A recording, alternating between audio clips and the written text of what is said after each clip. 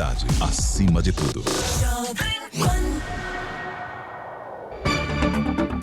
Agora são 7h mais 6 minutos. Muito bom dia. Está no ar o Jornal da Manhã para todo o Planalto Norte Catarinense e sul do Paraná. Os nossos principais destaques de hoje. Vamos falar, claro, da previsão do tempo. Tem previsão de mudança mais para o final de semana. Ainda hoje bastante sol e calor. Com isso, as pessoas, é claro, têm que ainda se manter de máscaras. Eu sei que é complicado, mas os números de casos ainda não zeraram na nossa região. Já já os detalhes de todos os quadros municipais de como está a situação do Covid-19. Temos também informações sobre eleições 2020. Hoje vamos trazer aqui os perfis dos candidatos de 2 municípios do Planalto Norte Catarinense e também o combate às fake news por parte do Tribunal Regional Eleitoral do Estado de Santa Catarina. Falando em Santa Catarina, foi aprovado o parecer na CCJ, lá na Assembleia, da criação da Polícia Penal. Esses são apenas alguns dos destaques do Jornal da Manhã, que está começando agora aqui pela Jovem Pan de União da Vitória. Neste momento, 19 graus de temperatura, previsão de sol e calor para esta quarta-feira. A temperatura máxima poderá atingir os 31 graus. Lembrando sempre que essa é a temperatura real, a medida sob a sombra. Sobre calor, sobre o sol, esses números podem subir bem mais, chegando perto, inclusive, dos 40 graus. Para os próximos dias, amanhã já vamos ter uma pequena queda. A temperatura chega a 27 graus. Na sexta, pela previsão, o clima vai mudar. Tem previsão de chuva para sexta-feira aqui para a nossa região e com isso as temperaturas, é claro, vão dar uma amenizada. E com isso, o final de semana, que não deve ser chuvoso, as temperaturas também não devem subir tanto. Então ainda hoje e amanhã, bastante calor por aqui. Quanto às temperaturas mínimas, essas devem permanecer na casa dos 16 graus até sexta-feira e um pouquinho mais frio a partir do sábado, com temperaturas entre 11, 10 e 9 graus aí para já o final de semana. Quanto à expectativa para sexta-feira, segundo o CIMEPAR, a precipitação acumulada poderá ser de 25 a 30 milímetros. Nível do Rio Iguaçu, nesta manhã, 1,61 centímetros. Devido ao calor, o maior consumo de água, muitos bairros, principalmente as regiões mais altas, sofrem com a falta de água em alguns períodos, principalmente no chamado horário de rush. Então, a Sanepar pede para que a população faça o uso consciente da água e também, é claro, sempre que possível, tenha uma caixa de água de pelo menos 500 litros na sua residência para que você não fique sem o abastecimento. Bastante complicado essa época de calor e o Rio Iguaçu não está tão alto assim, apenas 1,61 centímetros e previsão de chuva só para sexta-feira. Não deve, então, trazer grandes avanços para o Rio Iguaçu, que vai ficar mais ou menos nesse mesmo patamar. E aí a previsão de próximas chuvas, essa pode demorar só a partir da metade da outra semana e praticamente apenas em formas de pancadas, o que para o Rio Iguaçu não faz, é claro, volumes. 7h mais 10 minutos.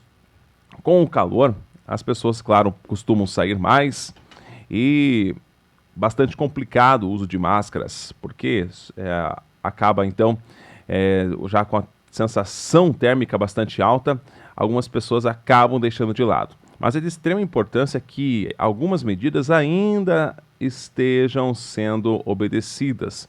Álcool gel, uso de máscaras, distanciamento. Por quê? Os casos continuam ativos. União da Vitória, segundo o boletim da Prefeitura, temos 5 casos ativos. Claro, números bem menores do que já registramos até em meados de julho.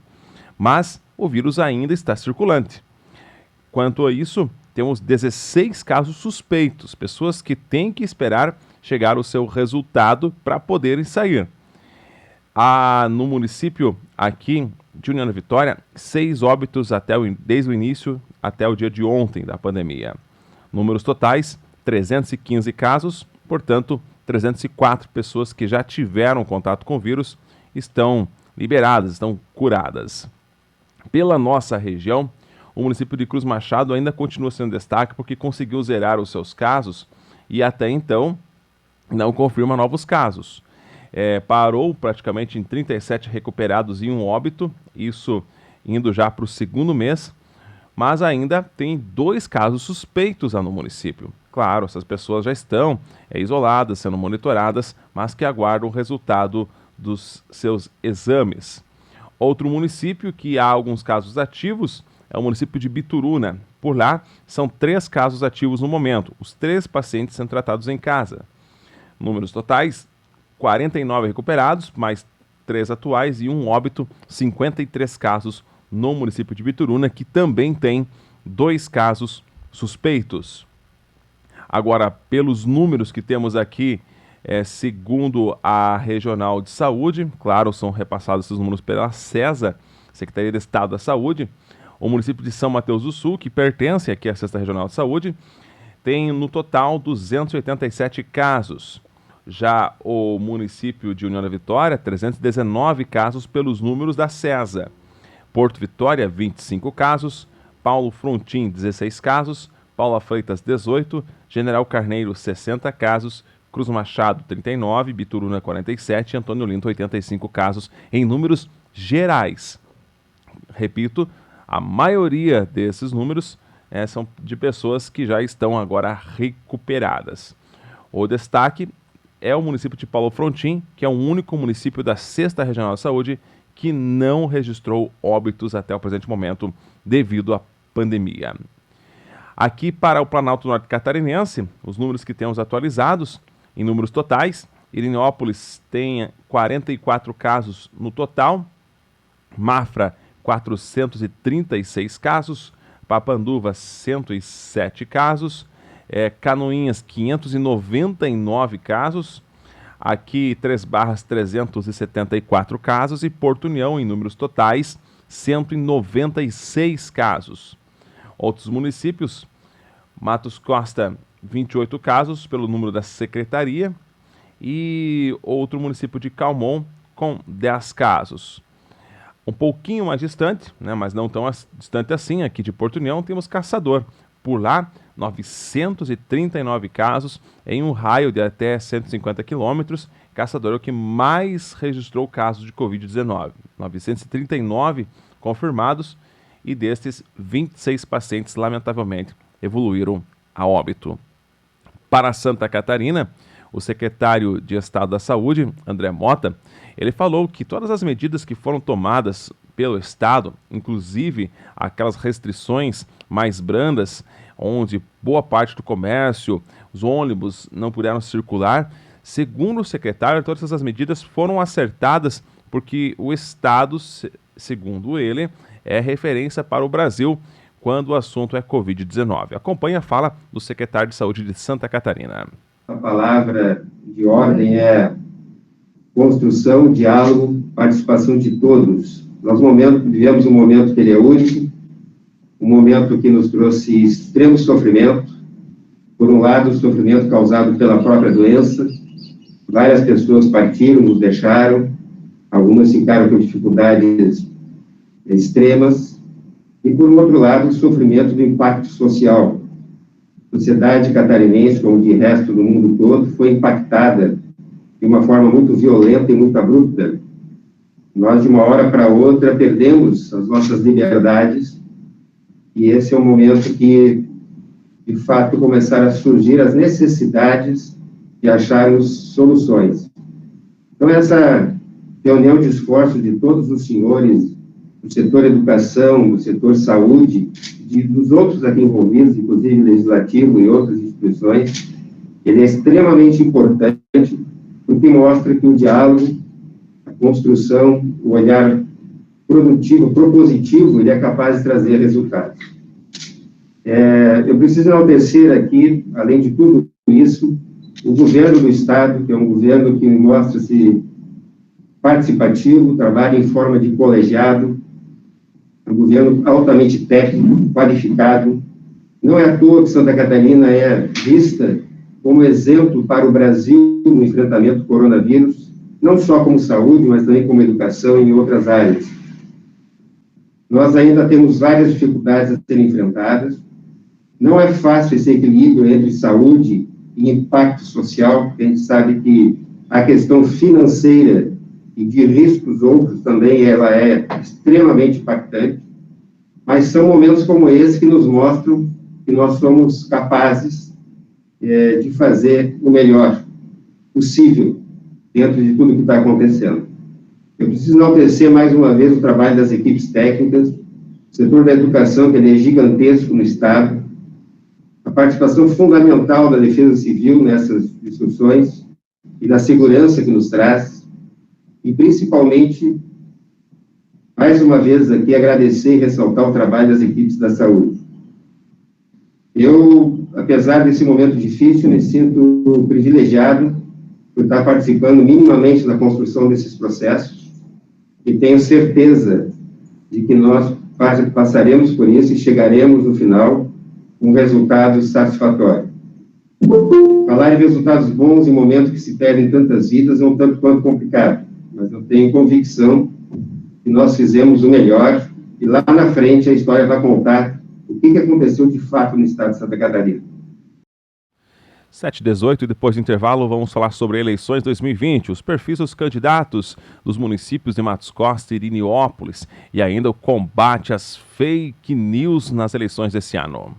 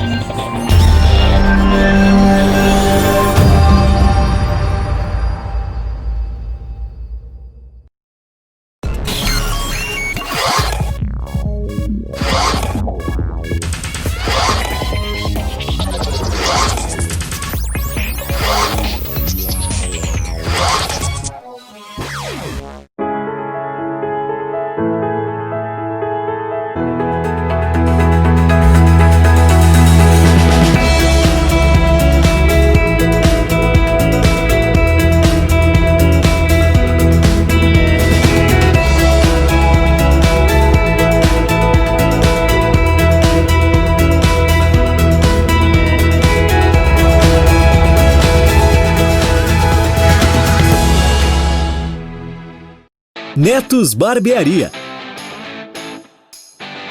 Venha cuidar do seu cabelo e barba com uma equipe qualificada, cortes sofisticados. Lembrando que compramos cabelo.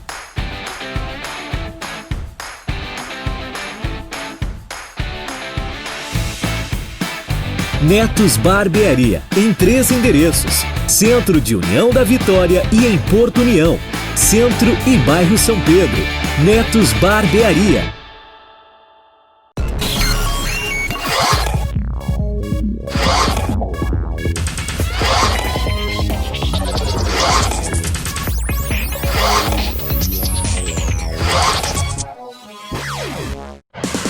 Chegou o Panflix, todo o conteúdo da Jovem Pan, onde você estiver e na hora que quiser. Baixe já no seu smartphone ou tablet. É grátis. Primeiro, acesse a sua loja de aplicativos. Depois, faça uma busca por Panflix. O aplicativo já vai aparecer e aí é só clicar em instalar ou obter. Viu como é fácil? Agora é só abrir o Panflix, se cadastrar e curtir toda a programação da Jovem Pan.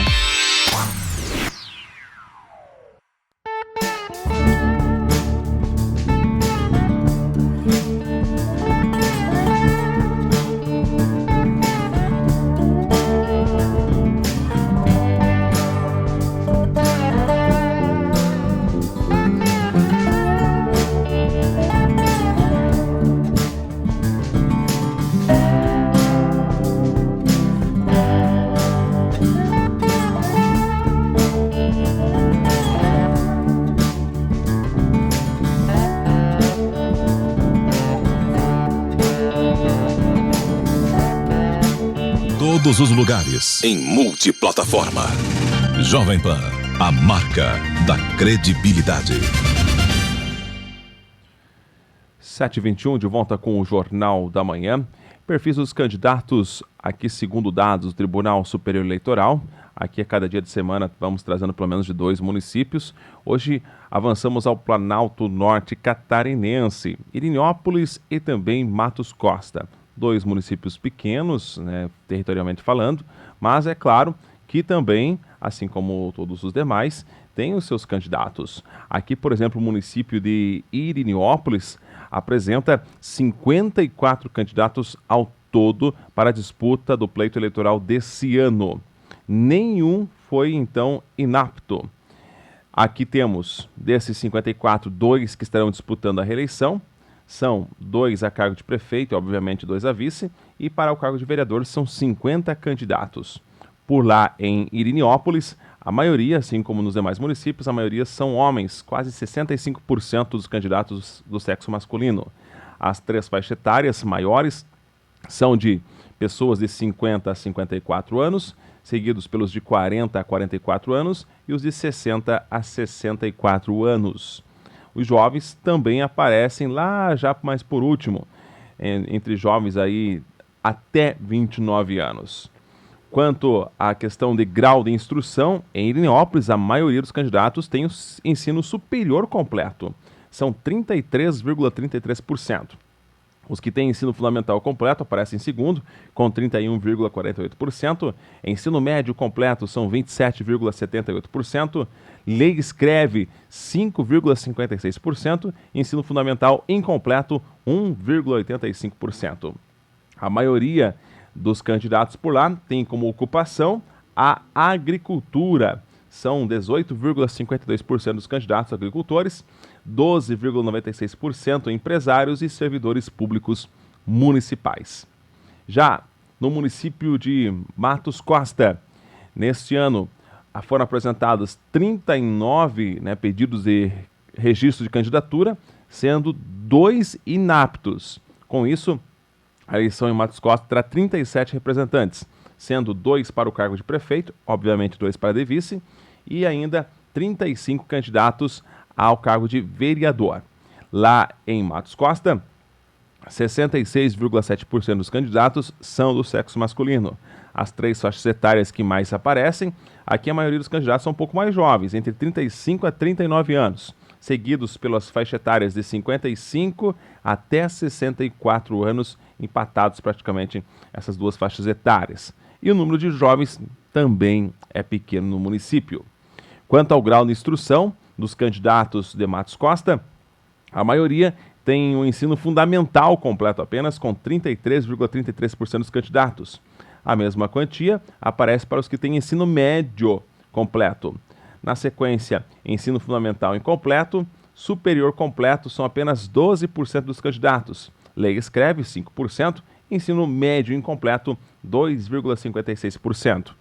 Assim como no município de Iriniópolis, a maioria, então, dos que estão concorrendo ao pleito são agricultores, 25,64%. Em segundo, são os próprios vereadores, 20,51%, aonde a maioria vai tentar, portanto, uma reeleição lá no município de Matos Costa. São os perfis que temos segundo o TSE. Bom, com o avanço das mídias sociais, um dos desafios é o combate às fake news, as notícias falsas que rolam por aí. E já começam a circular, em WhatsApp principalmente, porque aparentemente solta-se ali e é difícil identificar quem é. Mas isso para o cidadão comum. Já para a Justiça Eleitoral, que está de olho nessas questões, serão punidos, então, os que estiverem realizando esse tipo de informação falsa. Por Santa Catarina, o diretor-geral do Tribunal Regional Eleitoral, senhor Daniel Schefferdel, ele fala justamente sobre isso, o combate às fake news, que nesse ano de 2020 devem estar ainda cada vez mais fortes. Por outro lado, eles acreditam que devam ter menos casos, porque esse trabalho já vem sendo desenvolvido nos últimos 4 anos em todo o Brasil. A gente tem, por exemplo, aqui em Santa Catarina, 3.500 locais de votação, são 13.600 sessões, 54 mil mesários, mais algo em torno de 10 a 15 mil auxiliares para fazer a eleição funcionar, para fazer um dia só funcionar, né? Pensando e a gente fala muito do dever de votar, né, mas pensando no direito que nós temos de participar do processo democrático.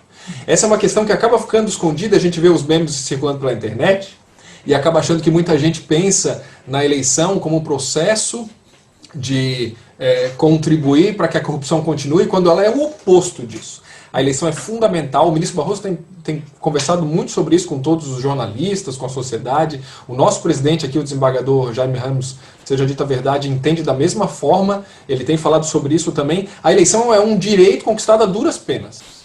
E a memória do povo ela é muito curta, né? E eu tenho muito medo, eu trabalho na Justiça Eleitoral desde 96, não peguei nenhum período de ditadura, mas eu vi a evolução mesmo de 96, quando a gente implantou a urna eletrônica, eu vi a evolução do que é o processo democrático e como a gente vai se perdendo em coisas pequenas muitas vezes, né? E a gente esquece que, por exemplo, se você vai eu tenho falado isso para os eleitores, se você vai ao supermercado uma vez por semana, você está tranquilo para ir votar. Até porque numa eleição municipal é que a gente vê se realmente os prefeitos e as câmaras estão agindo de acordo com o que a gente espera que seja em relação à Covid, né? Então, tem todo um movimento, mesmo da iniciativa privada, todos os EPIs de mesários foram doados. Isso a gente está falando em 9 milhões de máscaras, 2 milhões de face shields, milhões de litros de álcool para as sessões e para os mesários.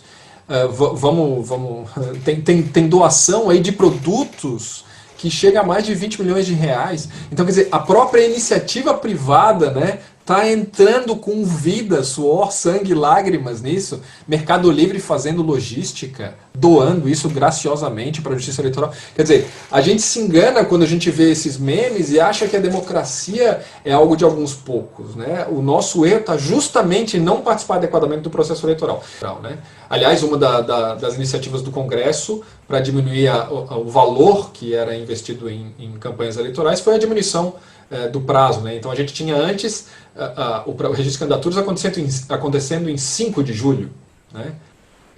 Agora a gente teria ele em 15 de agosto e agora mais perto ainda 26 de setembro, né? Quer dizer, está um período muito curto, a gente tem basicamente 45 dias de processo de propaganda, né?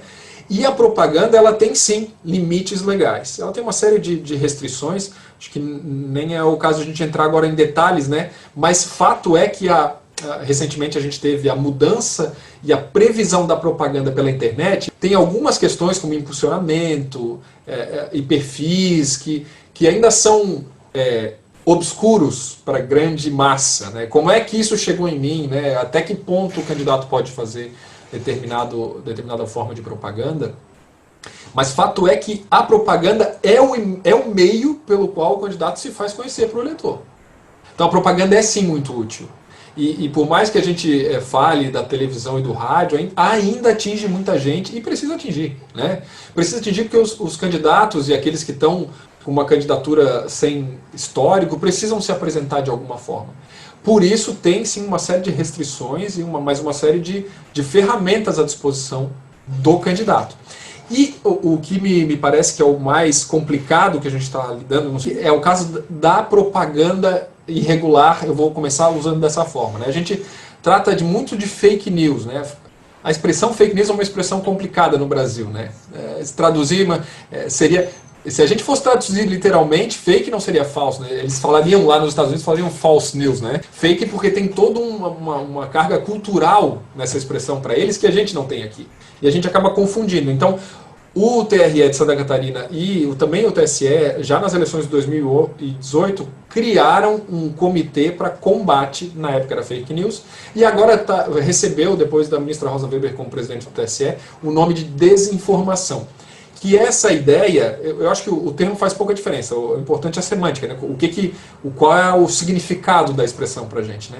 O importante é saber, se vem uma propaganda que tenta desvirtuar algum dado verídico, que tenta, por subterfúgios, assim, que tenta maquiar alguma coisa para o eleitor, essa propaganda é uma desinformação, uma fake news, e essa deve sim ser combatida, né?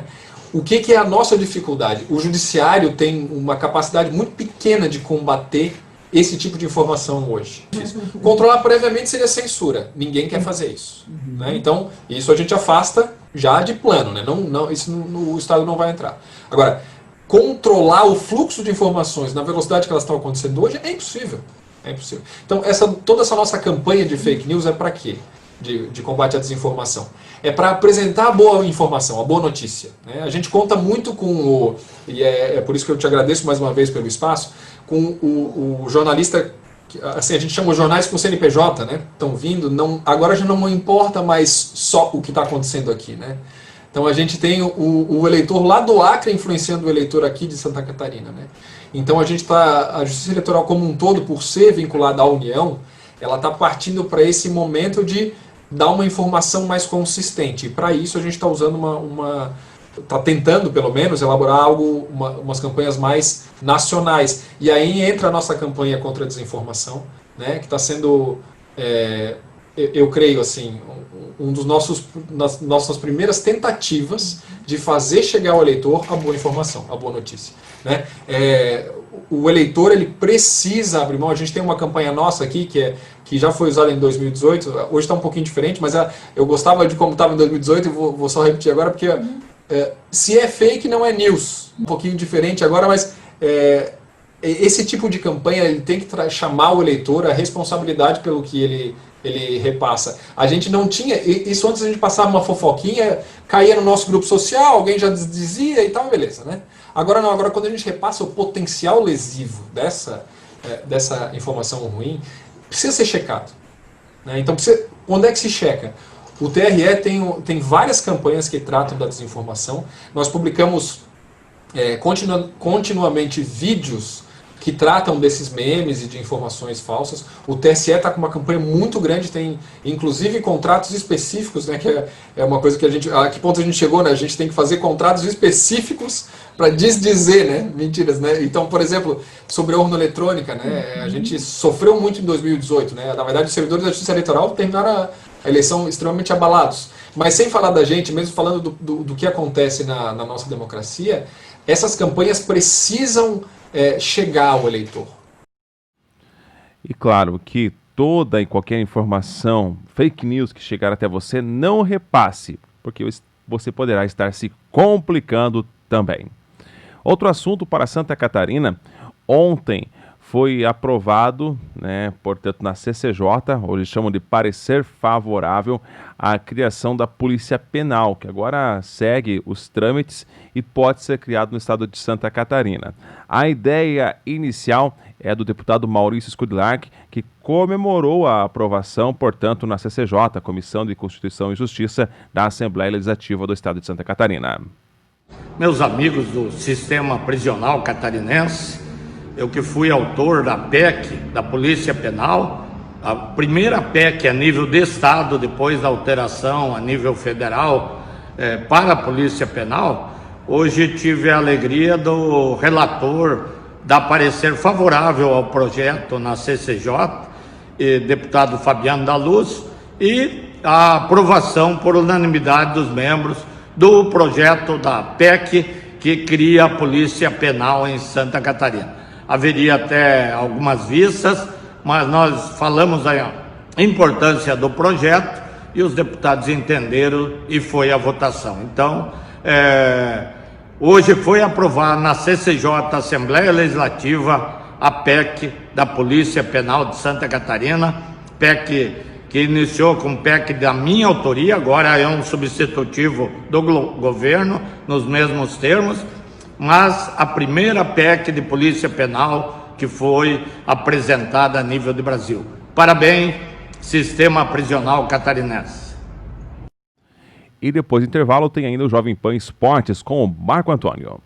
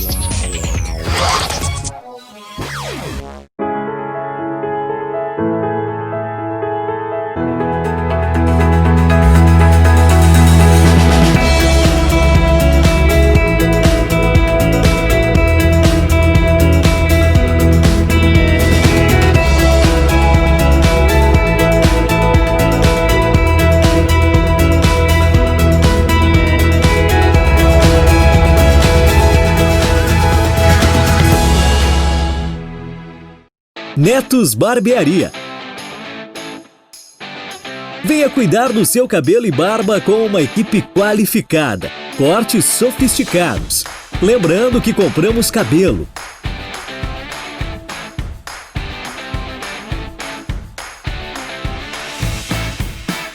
Netos Barbearia, em 3 endereços: Centro de União da Vitória e em Porto União, Centro e Bairro São Pedro. Netos Barbearia.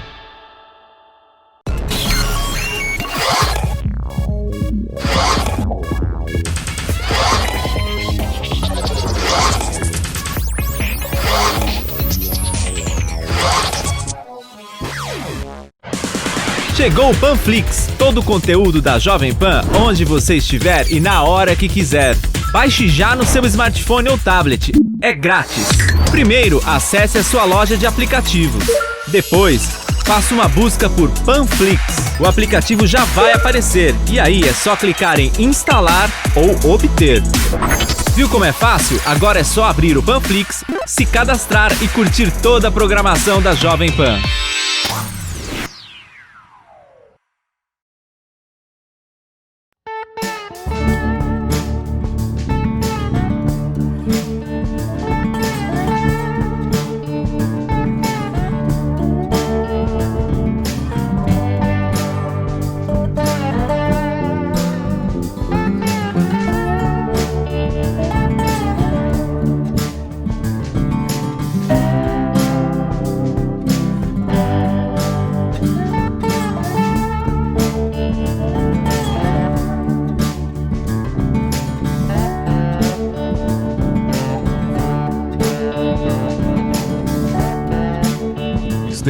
Permaneça bem informado. Jovem Pan, sempre a par dos acontecimentos. Começa agora na Jovem Pan Esporte. Notícias do esporte local e regional. Informações e opinião. Você joga no nosso time. Patrocínio. Quer manipular seus medicamentos com confiança, qualidade e preço justo? Center Fórmulas Manipulação Santa Terezinha. No Shopping Vale das Cachoeiras, número 180. Fone 42 3523 1424. WhatsApp 42 98821 3904. Com estacionamento próprio. Visite nossas redes sociais. Center Fórmulas. A Ouvibel, aparelhos auditivos, está há 18 anos em União da Vitória, proporcionando que as pessoas ouçam melhor. Se você tem dificuldades de ouvir, vá até a Ouvibel e faça um teste gratuito. E se você precisar de aparelho auditivo, terá condições facilitadas em até 20 parcelas ou ainda 15% de desconto no pagamento à vista. Rua Doutor Cruz Machado, número 76, em União da Vitória. Telefone 3523-1441. O Atacadão de Sorvetes Esquimó inaugurou a sua segunda loja em Porto União. Muitas variedades de picolés com variados preços a partir de R$1. E ainda potes de sorvete a partir de R$11,50. Venha nos fazer uma visita. Estacionamento próprio. Atacadão de Sorvetes Esquimó. Sorvetes a preço de fábrica. Nova loja na Avenida dos Ferroviários, número 1071, próximo ao Posto Delta, no bairro São Pedro. Muito bem, o Jovem Pan Esporte falando hoje aqui da representação da Associação Atlético Iguaçu. Jogadores que começaram a chegar ontem e hoje já tem este treinamento aqui com bola com o técnico Richard Malca, que está aqui ao meu lado. Satisfação de tê-lo aqui, Richard. E que bom ver o Iguaçu novamente em campo depois aí dessa pandemia. Boa tarde. Boa tarde, um prazer meu poder falar com vocês novamente. Realmente um ano atípico, né, onde esperávamos já estar no final da nossa competição e na verdade estamos iniciando um trabalho para a competição que se inicia em 18 de novembro. Então, o objetivo nesse início é buscar a melhor preparação. A gente sabe que os jogadores se apresentando agora estão vindo de muito tempo parado, né? Então é buscar o melhor condicionamento físico para que no decorrer das semanas a gente comece a botar em prática mais os trabalhos técnicos e táticos para nos prepararmos para a nossa estreia no dia 18. A gente vê alguns meninos hoje aqui, Richard, mas também a presença do Léo Gaúcho e do Jean Carlos, jogadores importantes, né? Sim, a gente tinha um trabalho de sub-19 sendo feito esse ano, de uma competição que também infelizmente não iniciou, mas um grupo que tinha se formado de muita qualidade, de jogadores jovens, mas de bastante potencial. Então nós estamos aproveitando uma base desse grupo nesse início de trabalho para poder oportunizar e avaliá-los também. E já temos alguns jogadores contratados, o Sabiá, o Léo, que estavam com a gente o ano passado, mais a chegada do Tiger, do Giancarlo, vindos esse ano. O objetivo é formar um grupo forte, um grupo competitivo e que vá buscar o acesso. Agora, os jogadores que também atuaram aqui no ano passado, Malca, e que hoje estão na disputa da segunda divisão do estado do Paraná, esse jogador vem? A gente tem acompanhado todas as partidas da segunda divisão, nós temos feito alguns contatos com alguns jogadores, sabemos que devido a várias coisas, principalmente a pandemia é um ano atípico aí em questão financeira, onde provavelmente o Iguaçu não vai poder contar com renda de bilheteria, onde vai ter um gasto maior seguindo os protocolos, então a gente sabe da dificuldade financeira que todos os clubes atravessam nesse ano atípico. Mas temos observado sim, pretendemos aí trazer pelo menos 5, 6 jogadores da segunda divisão. As observações estão sendo feitas até a quinta, sexta rodada, para que aí sim a gente comece a anunciar esses nomes. Dia 18 de novembro, início do campeonato, tem tempo para trabalhar com essa equipe, Richard? Tem um tempo bom, O que nos preocupa um pouco é que nem eu conversei com o próprio grupo hoje pela manhã, é que o muito tempo parado, né? Mesmo em anos anteriores, às vezes o jogador chega a ficar por falta de calendário 2, 3, 4 meses parado, mas ele está jogando um amador, ele está jogando futebol, ele está se mantendo em atividade. E esse ano foi proibido tudo, então os jogadores aí ficaram 90, 100 dias sem nem poder correr na rua quase num determinado momento auge da pandemia. Então a necessidade de se buscar esse tempo perdido é que a gente tem pedido um empenho maior dos jogadores em cada dia de trabalho para que a gente busque o condicionamento ideal o mais rápido possível. Agora, Richard, nosso grupo tendo apenas três equipes, todo jogo é uma decisão. Todo jogo. Hoje também comentando com eles pela manhã, praticamente vamos jogar aí 2 séries de mata-mata contra 2 adversários. Se formos superior a um deles, tendemos a classificar em segundo. Se formos superior aos 2, tendemos a classificar em primeiro, mas um campeonato muito curto, onde não se permite quase erro, então a gente tem que aproveitar o máximo possível esse momento de preparação, para quando a competição iniciar a gente estar bem preparado, e a gente sabe que vai ser uma sequência aí muito forte de jogos quarta e domingo, uma competição que seria para ser disputada em 75 dias vai acabar sendo disputada em 32 dias, então é uma competição aí mais atípica também, que não permite erro e nós temos que se preparar para isso. Olha, o técnico Richard Malca, você já viu os jogadores treinando aí, ele gentilmente veio atender aqui a reportagem da Jovem Pan. Muito obrigado, Richard. Obrigado a vocês, é um prazer poder falar com vocês novamente, me ponho sempre à disposição de vocês para trazer as novidades do Iguaçu. Tá aí então, o nosso Jovem Pan Esporte de hoje, falando aqui do Estádio Municipal Antioco Pereira, nesta reapresentação da Associação Atlética Iguaçu. A qualquer momento eu volto aqui na Jovem Pan com mais informações. Até já. Você acompanhou aqui na Pan, Jovem Pan Esporte. 7h45 agora. Jornal da Manhã, edição local, vai ficando por aqui. Continue na sequência com as principais notícias de todo o Brasil. A você, uma excelente quarta-feira.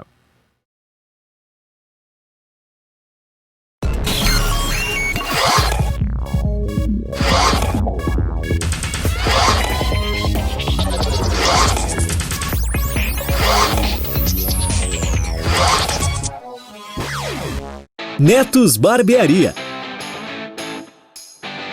Venha cuidar do seu cabelo e barba com uma equipe qualificada, cortes sofisticados. Lembrando que compramos cabelo.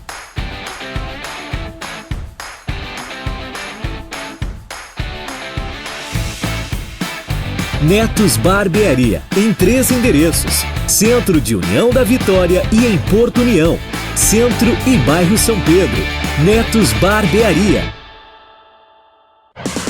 Chegou o Panflix, todo o conteúdo da Jovem Pan, onde você estiver e na hora que quiser.